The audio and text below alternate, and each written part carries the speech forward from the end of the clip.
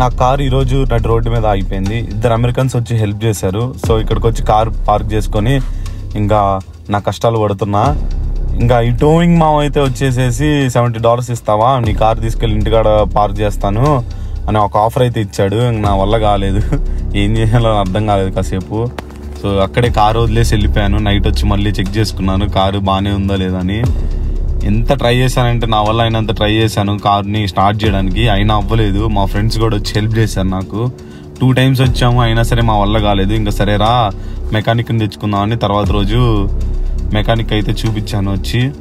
So వాడైతే ఒక part అనేది పోయిందన్నాడు. సో ఆటోజోన్కి వచ్చి ఈ పార్ట్ అయితే కొన్నాను. దీని పేరు ఆల్టర్నేటర్ అంట.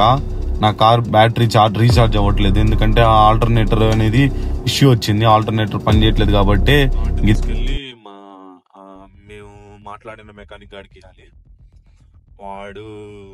వాడే చెప్పాడు ఇట్లా ఆల్టర్నేటర్ అనేది పోయిందని. మార్నింగ్ వెళ్ళి వాడిని తీసుకొని అక్కడికి వెళ్ళి చూపించా కారు. వాడు బ్యాటరీ టెస్ట్ చేశాడు. సో ఆల్టర్నేటర్ ప్రాబ్లం అని చెప్పాడు. సో అందుకని ఆల్టర్నేటర్ ఇప్పుడు కొనుక్కొని దాన్ని తీసుకొని వెళ్ళి వాడికి ఇస్తే వాడు సాయంత్రం 6:30 లైక్ 4 hours అట్లా చేస్తాను. నాకు కూడా ఓకే. సో అది వెళ్ళి ఇచ్చేసేసి తర్వాత రిపేర్స్ చూసుకోవాలి. అది మంచిగా అయిందో లేదో మళ్ళీ చెక్ చేసుకోవాలి సార్.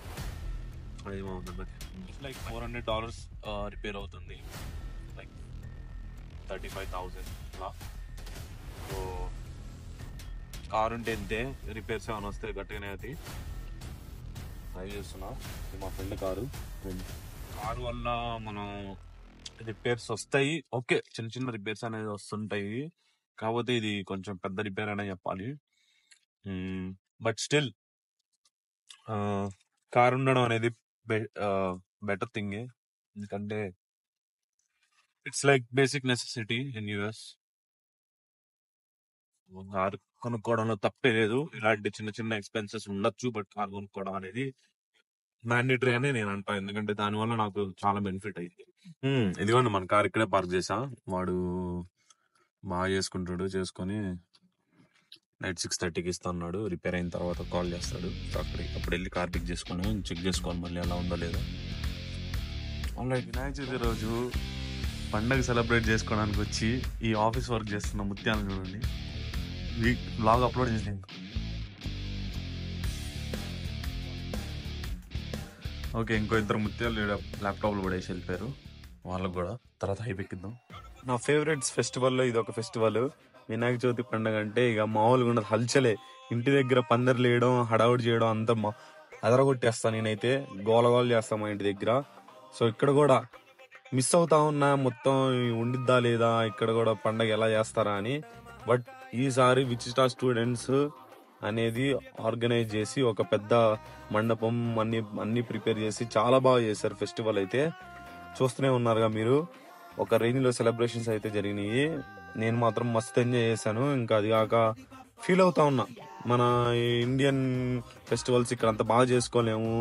అది కాక అందులో వినాయక చవితి అంటే అసలు ఇంటి దగ్గర మన ఊపే ఉండిద్ది, ఇక్కడ ఏంద్ర ఊపు లేదు అది అనుకున్నా. అలాంటిది మన స్టూడెంట్స్ పెట్టారు. సో ఫ్రెండ్స్ అందరం కలిసి అక్కడికి వెళ్ళి ఈవినింగ్ మా వాడి బర్త్డే సెలబ్రేషన్స్ గ్రాండ్ గా చేసాం. పార్టీ మాత్రం హార్డ్ రాకింగ్ పార్టీ అని చెప్పాలి. గొంతు కూడా పోయింది నాకు అరిచి. నా ఆరెంజ్ లో సెలబ్రేషన్ అయితే చేశా. చూసి ఎంజాయ్ చేయండి మీరు కూడా వీడియో మొత్తం.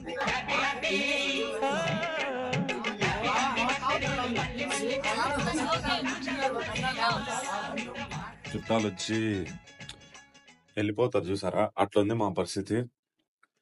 మా వాడి బర్త్డే అయితే సెలబ్రేషన్ అయింది, అందరు వచ్చారు. సో అంతా పార్టీ మొత్తం బాగా జరిగింది. పండగ కూడా బాగా చేసుకున్నాం. ఎంతమంది ఉన్నారు, అందరూ వెళ్ళిపోతున్నారు. సో బాయ్ చెప్దాం. అరే అందరికి బాయ్ చెప్పండి రా, మా సబ్స్క్రైబర్స్ కి బాయ్ చెప్పండి.